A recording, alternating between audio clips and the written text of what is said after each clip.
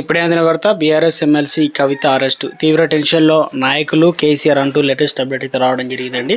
So ఆ వివరాలు ఏంటనేది ఈ వీడియోలో తెలుసుకుందాం. వీడియోని స్కిప్ చేయకుండా పూర్తిగా చూడండి, కంప్లీట్ ఇన్ఫర్మేషన్ అయితే అర్థమవుతుందండి. మీరు ఇంకెవరైనా సరే మన ఛానల్ సబ్స్క్రైబ్ చేయకుండా వస్తున్నట్లయితే వెంటనే మన ఛానల్ సబ్స్క్రైబ్ చేసుకోండి. ప్రభుత్వం నుంచి వచ్చే లేటెస్ట్ అప్డేట్స్ అన్ని కూడా మీ ఫోన్ నోటిఫికేషన్ రూపంలో అందించడం జరుగుతుందండి. చూస్తున్నారు కానీ లైక్ చేయడం మర్చిపోతున్నారు, దయచేసి లైక్ చేయండి. లేట్ చేయకుండా వీళ్ళకి తెలుపుదామండి. విద్యార్థుల జనరల్ బస్ ఛార్జీలను తాజాగా తెలంగాణ ఆర్టీసీ పెంచింది. దాదాపు 20% విషయం అంటే తెలిసిందనమాట. దీంతో ప్రజలు విద్యార్థులు ప్రభుత్వంపైన తీవ్ర ఆగ్రహంతో ఉన్నట్టు తెలుస్తుంది. నేపథ్యంలో భవన్ వద్ద ఉధృత వాతావరణం చోటు చేసుకుంది. తెలంగాణ జాగృతి అధ్యక్షురాలు ఎమ్మెల్సీ కల్వకుంట్ల కవిత ఆధ్వర్యంలో బస్ పాస్ ధరలను పెంపునకు నిరసనగా ఇవాళ బస్ భవన్ ముట్టడికి యత్నించారు. పెద్ద ఎత్తున జాగృతి కార్యకర్తలతో కలిసి బస్ భవన్ ఎదుట ఎమ్మెల్సీ కవిత బైఠాయించారు. ఈ క్రమంలోనే ఘర్షణ వాతావరణం ఏర్పడడంతో ఎమ్మెల్సీ కల్వకుంట్ల కవితను పోలీసులు బలవంతంగా అరెస్ట్ చేశారు.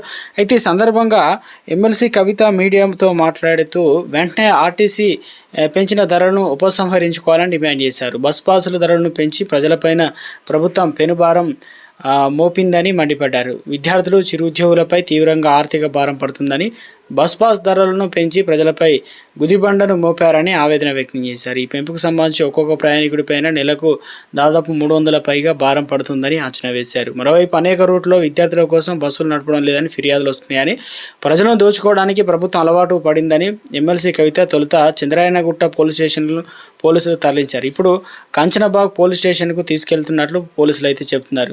ఇంతకు ఏ పోలీస్ స్టేషన్కు తరలిస్తున్నారో స్పష్టత చెప్పడం లేదని ఇక పోలీసులు తెలంగాణ జాగృతి కార్యకర్తలు అయితే ఆగ్రహం వ్యక్తం చేస్తున్నారన్నమాట.